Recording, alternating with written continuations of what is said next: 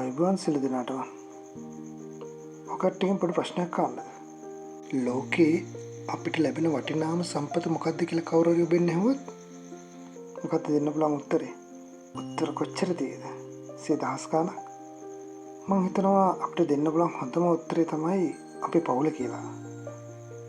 අපි හැමෝම රැය වෙනකම් එහෙස මහන්සි වෙන්නේ හම්බ කරන්නේ අපේ පවුලේ අයගේ සතුට වෙනුවෙන්. හැබැයි සමහර වෙලාවට අපිට නොදැනීම ඒ සතුට අපෙන් ඈත් වෙනවා. අද මම කතා කරන්න යන්නේ සරල දේවල් කීපයක් පිළිබඳව. කොහොමද පවුලේ සතුට සහ බැඳීම මුළු ජීවිත කාලෙටම රැකගන්නේ කියලා.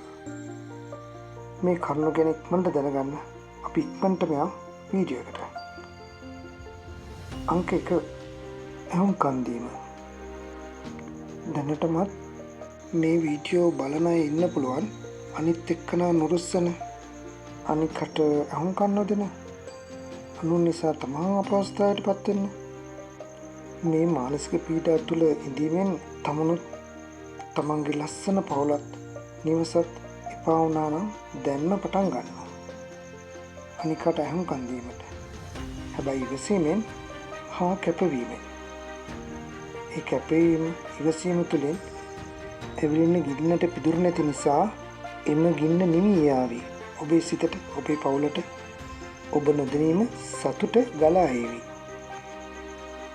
අංක 2 සවන් දීම සහ අගය කිරීම.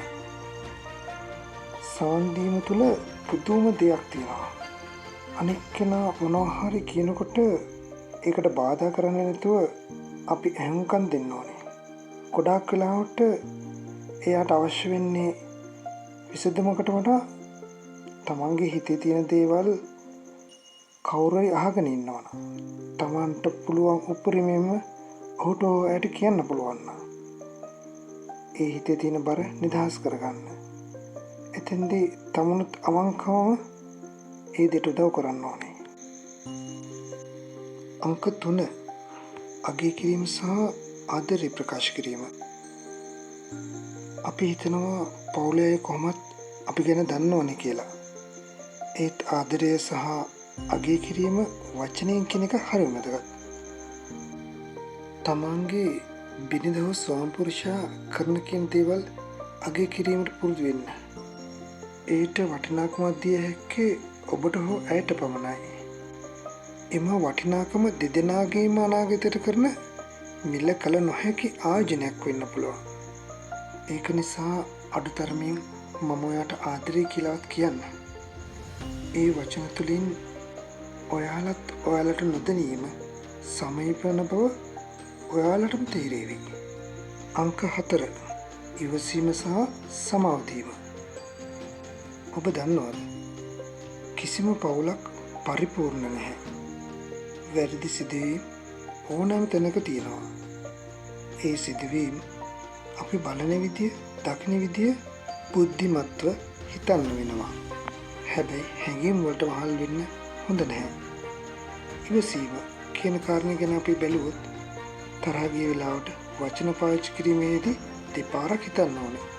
මොකද ඒ රිදුණු හදවත් සුවපත් කරන එක නම් ලේසි වෙන්නේ නැහැ. සමාව දීම කියන සිද්ධියේදී වැරදි අල්ලාගෙන ඒ තුළ හිඳීමේ මුළු ජීවිතේම විනාශ වෙනවා. ඒ නිසා ඒ දේවල් ඉවසීමෙන් අනිකාට පහදලා දෙන්න උත්සාහ කරන්න. ඒ දේවල් අමතක කරලා සමාව දෙන්න පුරුදු වෙන්න. වැරදි හදාගෙන යමු කියන මානසිකත්වය පවුලකට ඉතාම වැදගත්. සහ අත්‍යවශ්‍යම දේ. අවසාන වශයෙන් කියන්න තියෙන්නේ පවුල කියන්නේ අපි වගා කළ යුතු උයනක් වගේ. ඒකට ආදරය, රැකවරණය සහ කාලය කියන පොහොර නිරන්තරයෙන්ම අවශ්‍ය වෙනවා. අදම ඔබේ ආදරණීයයන්ට කියන්න ඔබ ඔවුන්ට කොතරම් ආදරේද කියලා. මතක තියාගන්න. ලෝකයේම ඔබට විරුද්ධ වෙන දවසක ඔබ ළඟ ඉන්නේ ඔබේ ආදරණීය පවුල විතරයි. මේ වීඩියෝ ගැන ඔබේ අදහස පහලින් කමෙන්ට් කරන්න. ඔයාලා මේ වීඩියෝට කැමති නම් ලයික් කරන්න. තව එක්කෙනෙකුට බලන්න ෂෙයා කරන්න. ඒ වගේම අපේ channel එක subscribe කරන්න අමතක කරන්න එපා. එහෙනම් අපි අලුත් වීඩියෝ එකකින් හමු වෙමු. හැමෝටම සතුට පිරුණු ලස්සන ජීවිතයක් ප්‍රාර්ථනා කරනවා. සුබ දවසක් ඔයාලට.